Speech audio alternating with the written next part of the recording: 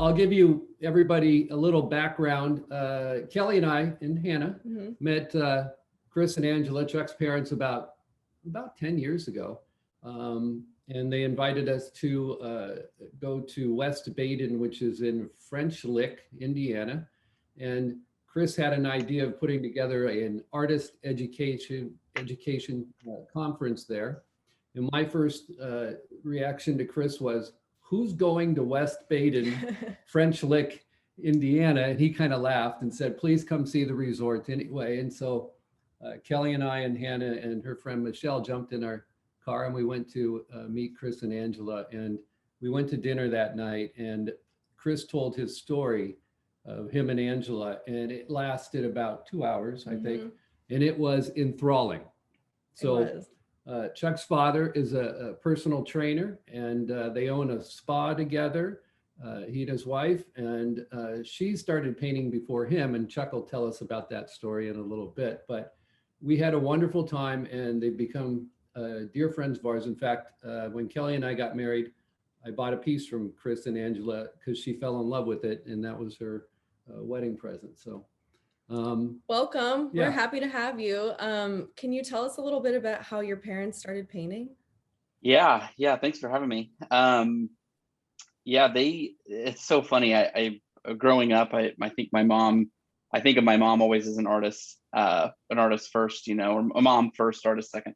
But she started painting when I was in high school, and we had a studio that was kind of like a makeshift part of our house, and I just remember seeing all the paintings and everything, and I was like, oh my God, this is so cool. Like, I can't believe my mom can create that amazing stuff. I mean, I consider myself the best creation that she's made. So all the art may take a back seat to that. But as she started painting, my dad would walk through the house and he would say oh, maybe that line should be blue instead of red, or, oh, I think I'd like this piece a little better if it was a little bigger. And it caused I would say a rift, where every time my dad would walk into the room where she was painting, she'd just be like, stop, I don't want to hear it. I know what you're going to say, and this is what I want to do. And so when I moved out and went on my own journey, my room the next day was turned into her studio, which was hilarious. And my dad ended up buying a shipping container, and he started painting in a shipping container on their property. And lo and behold, there were paintings everywhere.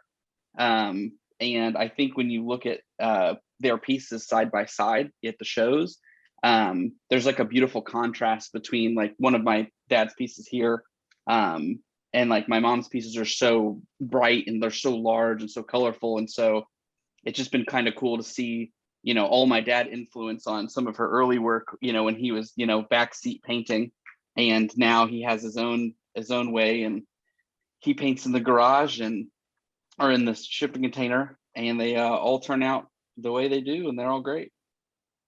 Yeah, they really are. They've really grown and been very successful over the past, especially the past 5-6 years. It took them a while. They did a number of our shows, and they just kept working at it. And now they're very successful. And to let the audience know, these paintings are big. I mean, the painting that really I purchased was 8 feet by 8 feet. And so Chuck, you're kind of known as the roadie of the group, and that's how I know so well. And usually he's sweating, and we're setting up a big exhibit. Their exhibits are usually 12 feet deep and 40 feet wide, and Chuck's tasked with the unloading of the truck and hanging the art and everything else. Tell us what that's like. Yeah, I'm surprised that you noticed that I was sweating. That's so weird. I think, when they first started painting, like you mentioned, it's been maybe 10 to 12 years now that they have really been artists, and what I would consider a professional sense. And I remember going to the first show and renting a U-Haul small cargo van to take that to, I believe it was New York.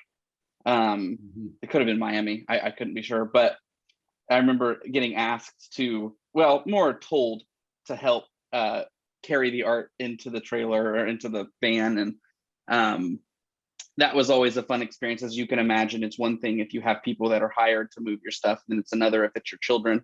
So my brother and I were the muscle, and we were carrying the pieces around. And so at first it was, just a few pieces going to a show, a small little booth. And then as it's grown, more and more pieces, not only has the truck gotten bigger, they've stopped renting.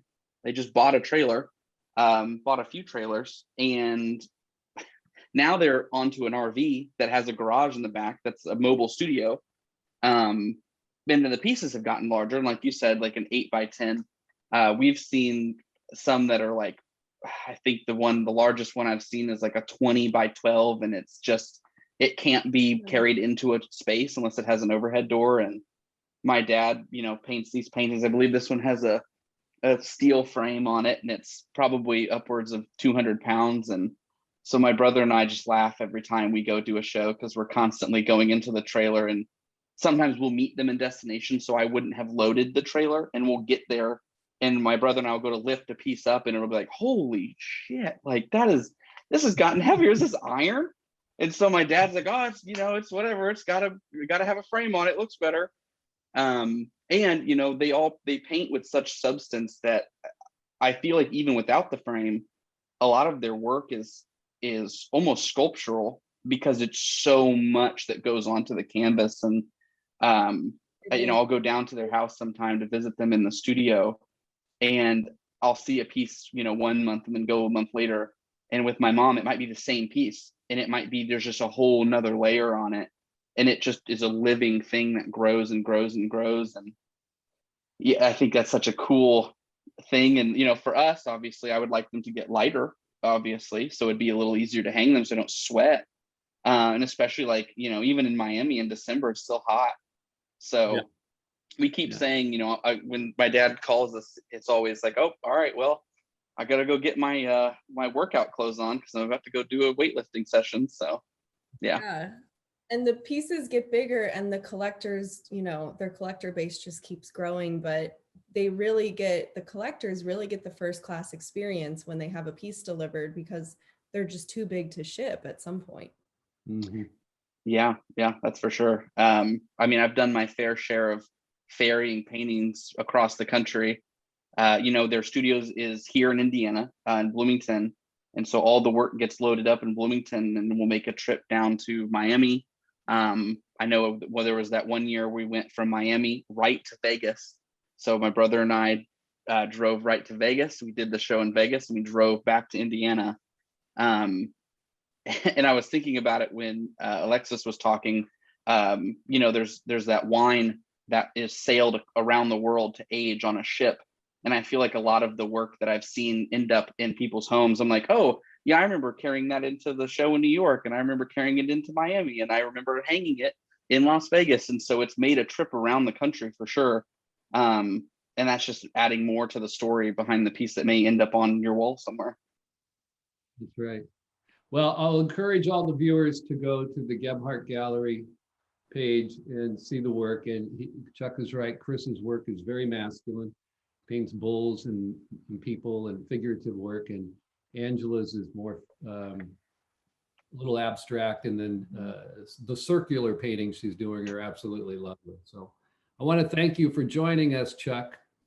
Thanks a lot, and say hi to your folks. I'm sorry they couldn't be with us tonight, but we're glad. It's all right. I'm happy to fill in. All right. Thank you so much. Bye-bye. Absolutely. Yep. See you soon.